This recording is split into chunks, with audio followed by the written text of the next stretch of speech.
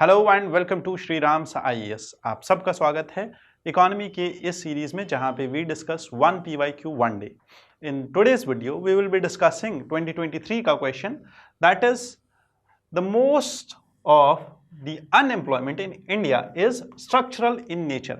2023 के पेपर में ये क्वेश्चन इसलिए पूछा गया था बिकॉज अगर आपको याद हो 2023 was such a year which was facing actually unemployment and somehow there were two things which were popular in that time जो कि न्यूज़पेपर्स में चल रहा था, बहुत टाइम तक चल रहा था। One was the jobless growth जिस पे यूपीएससी ने ऑलरेडी क्वेश्चन पूछा हुआ है 2015-16 में, बट 2022-23 के टाइम पीरियड में एक और टर्म पॉपुलर हुई थी दैट इज ग्रोथलेस जॉब्स। ठीक है, that there was no growth but still there were jobs. Why? Because people were shifting back to agriculture from industry and there was a decrease in the demand in post-COVID era, and in order to increase the demand, government gave fiscal stimulus. Government actually introduced large sum of capex also. Government introduced the capital guarantee schemes also. Government gave the credit guarantee schemes also. Government brought in the Garib Kalyan Yojana also. Now, once you recall that period, you will also understand that at that time there was a shift from urban to rural, and there was back the labor migration from the urban centers was going back to the rural areas in the post-COVID times. And then once the economy opened up back 2022, 2023 के बाद this thing came back into the picture that India's employment is actually structural in nature, unemployment, and that is why we need broader policy reforms, and that is why UPSC asked this question. Now, that was about the rationale of this question. Why was it asked? Second, we need to understand that this question has multiple parts and we need to understand those parts in order to answer this question. First was, most of the unemployment in India is structural in nature. Now understand, this is an affirmation. ठीक है, an affirmative statement which you can either accept or you can reject, or what you need to do is you can also substantiate this statement that अगर India में unemployment structural है तो क्यों? Why is it structural? You need to give an evidence of this in the introduction. ठीक है, बहुत सारे बच्चे ऐसी गलती करते हैं that what they do is वो यही स्टेटमेंट को यूज करके इंट्रोडक्शन बनाएंगे। स्टेटमेंट यूज नहीं करना है, मैंने बोला इस स्टेटमेंट का सब्सटैंशिएशन देना है किसमें? इंट्रोडक्शन में। Second, examine the methods adopted to compute unemployment in the country. What are the methods which we use? What are the methods which we are using? है ना, उन मेथड्स को एग्जामाइन करना है that what is the positives and negatives of these methods which we are using in computing employment in India. One more thing which this article is asked, which this question is asking is in the country and suggest improvements. So it needs your suggestions also. Suggestions as in what can be improved so that the methodology gets better. ठीक है, understood the parts of this question, introduction, and last में we will give a way forward also. Way forward हम क्यों लिखेंगे? Because it asks us about the improvements. ठीक है, इस question का स्ट्रक्चर अगर समझ में आ गया है तो let's understand what all points could have been written in this question. But before that, I would like to highlight over here that at Shri Ram's IAS, we, the mentors of Shri Ram's IAS, provide you first mentorship session free, and for that you need just to scan this QR code. Once you scan this QR code, fill the Google form and get connected to one of the best mentors of this industry so that you align your preparation, you restructure your preparation, you restart, and one thing that is for sure, strategize for your upcoming attempt. क्योंकि अगर आपने देर कर दिया तो फिर बहुत ज़्यादा देर हो जाएगी। जनवरी, फेब एंड मार्च, ये 3 महीने, या मैं बोलूँ अप्रैल का महीना भी, ये 4 महीने ऐसे महीने हैं जहाँ पे अगर आप 10% एफर्ट डालते हो तो उसका रिजल्ट एग्जाम में डायरेक्ट देखने को मिलेगा। ठीक है, आज से पहले जितना भी आपने मेहनत किया दैट वाज फॉर मेंस। दिसंबर के बाद जो आप मेहनत करेंगे that will B entirely for prelims. तो अब जाके आप अपना टाइम वेस्ट नहीं कर सकते, आप टाइम मैनेजमेंट के साथ कॉम्प्रोमाइज नहीं कर सकते, आप एक सब्जेक्ट को स्ट्रेच नहीं कर सकते, आप इरैशनल मैनर में अपने रिसोर्सेज को यूज नहीं कर सकते। So for that you can just connect to the mentors, or for further details you can scan this for the Telegram channel, you can scan this also for one-on-one mentorship, ठीक है, and that will be all for you so that you get connected to us. Now let's begin. And हाँ, last year भी मैंने बहुत सारे sessions लिए थे, marathon sessions लिए थे मैंने इकोनॉमी से रिलेटेड, और प्रीलिम्स में डायरेक्टली 2 मैराथन से इकोनॉमी में से 20 में से 7 क्वेश्चंस आ गए थे। Now this year also we will be conducting such marathons, and मैं चाहता हूं आप सब लोग जब भी मैं मैराथन शेयर करूं तो वो मैराथन्स का पहले ही लिंक आ जाएगा यहाँ पे इन कॉन्टैक्ट डिटेल्स पे, इस टेलीग्राम चैनल पे लिंक आ जाएगा, तो उस मैराथन को पहले ही ज्वाइन करके रखना है। जब भी होगा तो लाइव अटेंड करना है, क्योंकि सारे डाउट्स मैं उसी टाइम पे ले लेता हूँ, सारे डाउट्स मैं उसी टाइम पे रिजॉल्व कर देता हूँ। ठीक है, करीब करीब 5 से 6 घंटे का मैराथन होता है और उस टाइम पे बहुत ही अच्छा इंटरेक्शन रहता है स्टूडेंट्स के साथ। Let's understand structural unemployment in India because it is deep rooted, it has multiple challenges and there are measurement gaps into the unemployment. So for the first statement, जो हमने यहाँ पे पहला statement देखा था, इसी statement को highlight करने के लिए, इस affirmation को बताने के लिए we will use a data that according to ILO, International Labour Organization, 53% of Indian businesses face recruitment difficulties. क्यों? Because of the skill gaps. And this year, last year, like 2024-25 का survey, it also highlighted that the employability of graduates in India, it was highlighted back then in 2020, 2018, 2019 that it was 49%, that it was more than 50%. Post that 23-24 में it was 49% and currently it is 42%. ठीक है, that only 42% of the people who graduate have market ready skills. So that is why, which highlights that there is the structural challenge which is there in the unemployment sector. Post that we will write, after this we will write the root causes of the structural unemployment. What are the causes? First, agricultural overhang, because still till date we are dependent on agriculture. 42% of the employment workforce is engaged in agriculture, which provided us, I would say, sponge to absorb the post-COVID stress also. It contributes around 18% to the GDP. There is skill gap which we highlighted, and we can quote economic survey also. And there are technological disruptions, and we can quote multiple surveys, and we can quote that around 500 people per day have lost jobs because of the AI coming in picture in the 2024-2025, 2024-25 में, ठीक है। This was recently discussed in Indian express, और Indian express के जो sessions में लेता हूं उसमें भी मैंने ये बताया था, इस सर्वे के बारे में भी हमने पढ़ा था। Second, there are multiple other factors which are deeper in nature because of which then manifest themselves into the unemployment picture of India. First is urban job concentration, because 75% of the non-agricultural activities are concentrated in urban areas, जिसकी वजह से rural areas में scope नहीं बचता। Rural areas में अगर scope नहीं बचा तो फिर जो सारा का सारा जॉब सेक्टर है that is for urban population only, and urban demography is just 35% of the total population. That makes it one bigger challenge which is deeper in the economy.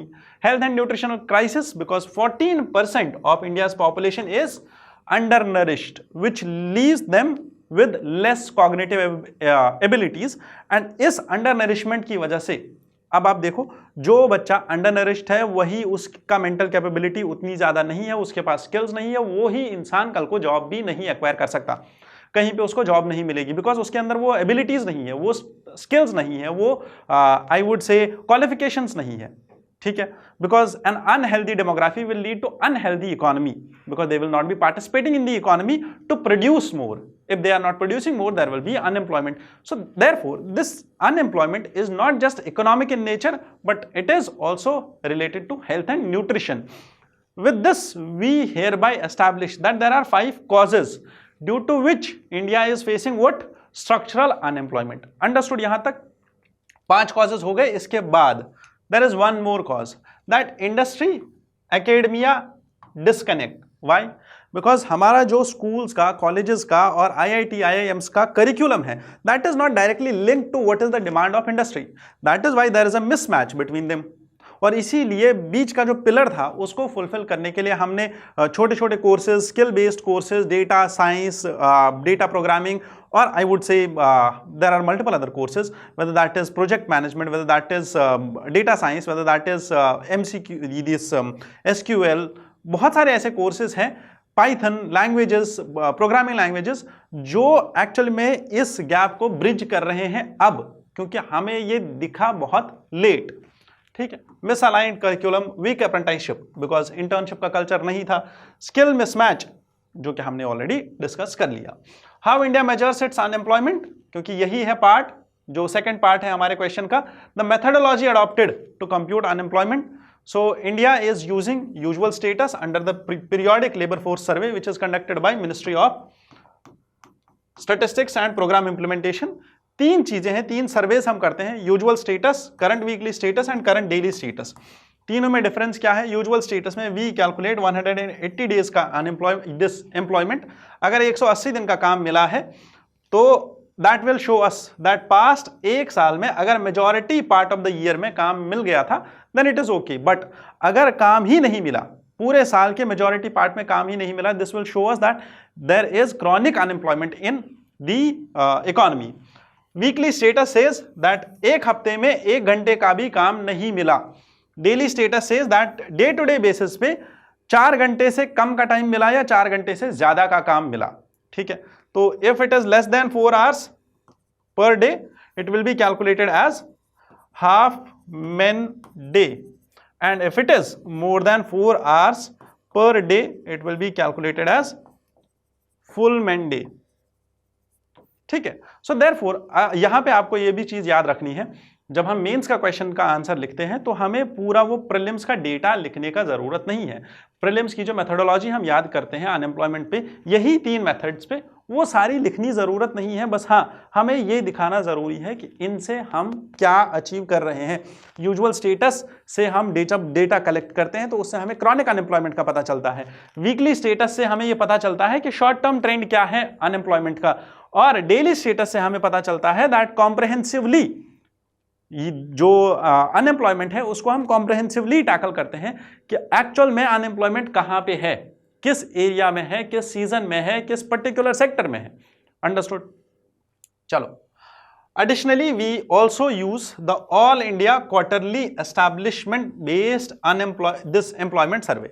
Now, this is something which we will use in way forward also, that we need to develop more, I would say, comprehensive analysis और comprehensive survey, जिसके अंदर informal and formal दोनों sectors आ जाए, gig sector भी आ जाए, gig economy भी आ जाए, care economy भी आ जाए, और तब जाके हमारा जो unemployment की methodology है वो और ज़्यादा अच्छी हो जाएगी. Because first we will mention कि प्रॉब्लम्स क्या है इस मेथोडोलॉजी में. तो कौन कौन सी प्रॉब्लम है? पहला अंडर एस्टिमेशन, क्योंकि this excludes the under employment, those who are not actively participating. This shows that informal economy is not calculated at all because 80% of the workforce is in unemployed, this informal sector of the economy. Seasonal variations are there और seasonal variations में PLFS has a limited scope. ठीक है.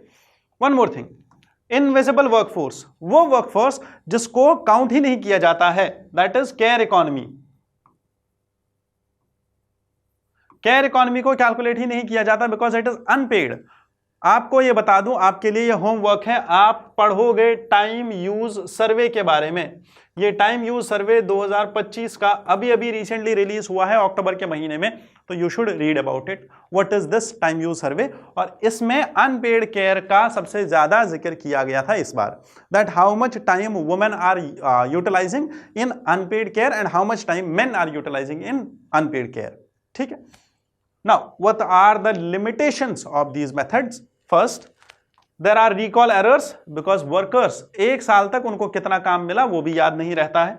Disguised unemployment, agriculture में usually लोगों को लगता है कि हम एम्प्लॉयड हैं, हम तो काम कर रहे हैं, पूरा साल हम अपने ही खेत पे काम कर रहे थे, तो they will be counted as what, employed. But actual में क्या है कि 4 लोग काम कर रहे हैं या 8 लोग काम कर रहे हैं, प्रोडक्ट बढ़ ही नहीं रहा है, प्रोडक्शन बढ़ ही नहीं रही है, जिसकी वजह से there is disguised unemployment and there is informal work which remains there in agriculture.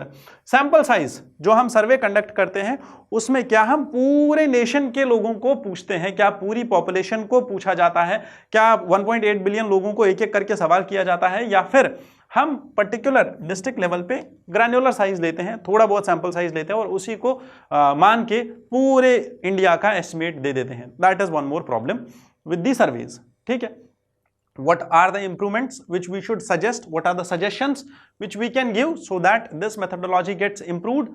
First is broaden the definitions, include care economy or care workers, include gig economy, increase the quarterly and monthly surveys, increase daily basis पे surveys, increase the adopt modified this CWS, that is current weekly status, current weekly status को modify किया जाए और उसमें हम ये भी देखें that वो लोग जिनको those in labor force for the majority part of the week to reduce overestimation, जिनको majority part of the week, क्योंकि हम करंट वीकली स्टेटस में क्या करते हैं, बस 1 घंटे का काम मिला है या नहीं मिला है, अगर 1 घंटे का भी काम नहीं मिला तब जाके उसको पूरे हफ्ते के लिए अनएम्प्लॉयड डिक्लेयर किया जाएगा। बट यहाँ पे क्या लिखा जा रहा है that we should calculate those who have got majority part of the week, मतलब 7 में से अगर 4 दिन काम मिला है then only they will be counted as employed. ठीक है, तो these are the suggestions which we can write down. Technology driven solutions ला सकते हैं हम, like AI powered mobile service ला सकते हैं so that real time data हमें मिले। लेबर मार्केट इंफॉर्मेशन सिस्टम ला सकते हैं LMIS, जो कि सॉफ्टवेयर होगा इसी बेसिस पे कि किस लेबर को कितना काम मिला। डिजिटल प्लेटफॉर्म्स ताकि गिग इकोनॉमी को ट्रैक किया जाए कि किस इंसान ने कितने घंटे कहाँ पे काम किया, चाहे वो डिलीवरी पार्टनर है, चाहे वो फूड डिलीवरी कर रहा है, चाहे वो कोई अमेजोन का पार्सल डिलीवर कर रहा है, चाहे वो कहीं पे कंटेंट क्रिएशन कर रहा है, चाहे वो कहीं पे फ्रीलांस का काम कर रहा है, तो that all should be calculated. Blockchain should be used for transparent employment records and unified database should be there, एक पूरा नेशन का एक डेटाबेस जिसमें पूरा एम्प्लॉयमेंट का रिकॉर्ड रहे ताकि उसमें हम इंटीग्रेट कर पाएं।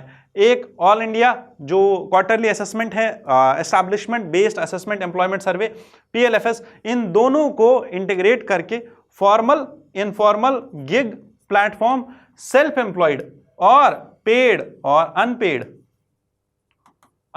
एंड पेड दोनों एम्प्लॉयमेंट्स को कवर किया जाए। Now this should be the broader reform जो हम सजेस्ट कर सकते हैं। अंडरस्टूड यहां तक? ठीक है, चलो नेक्स्ट, सेक्टर स्पेसिफिक इंप्रूवमेंट्स कैसे लाएंगे? तो रूरल एम्प्लॉयमेंट में वी कैन सी कि ग्रैन्युलर लेवल पे हम देखें सीजनल माइग्रेशन कहां हो रही है, एग्रीकल्चर में अंडर एम्प्लॉयमेंट कहां पे है, रूरल नॉन फॉर्म अनएम्प्लॉयमेंट कहां पे है।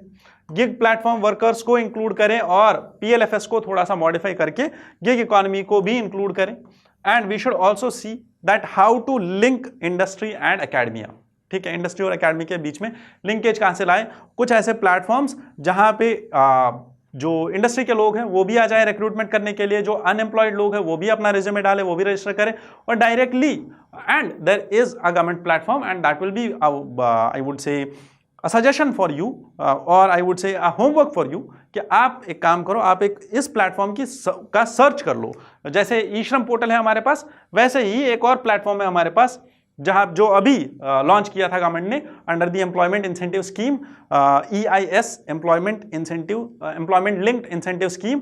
उस स्कीम के अंदर जो प्लेटफॉर्म लॉन्च किया गया था जहां पे government will provide a platform where the industry and unemployed people will come and they will get hired. Understood? तो ये प्लेटफॉर्म आप पता कर लो कौन सा है। With this we will conclude and there should be evidence based policy interventions. That should be the conclusion of this answer. Done? So key takeaways, yes, there are structural challenges, we need measurement gaps and we need to fill the measurement gaps and we need comprehensive reforms to fill these measurement gaps. Understood yahan tak? चलो, I hope you have understood all the needs of this question. इसका structure क्या था और इस question से related हमें कौन कौन से डेटा पॉइंट्स, कौन कौन सी हेडिंग्स यूज करनी थी, वो सब आपको मिल गया। ठीक है, कंटेंट आपको मिल गया। आप अगर ये आंसर लिखते हो तो आप इस आंसर को शेयर भी कर सकते हो यहाँ पे मेरे साथ, and I would say evaluate the answer and then we will talk about कि आपके आंसर में क्या क्या इंप्रूवमेंट्स की जरूरत है। डन? चलो, thank you once again, all the best, Jai Hind.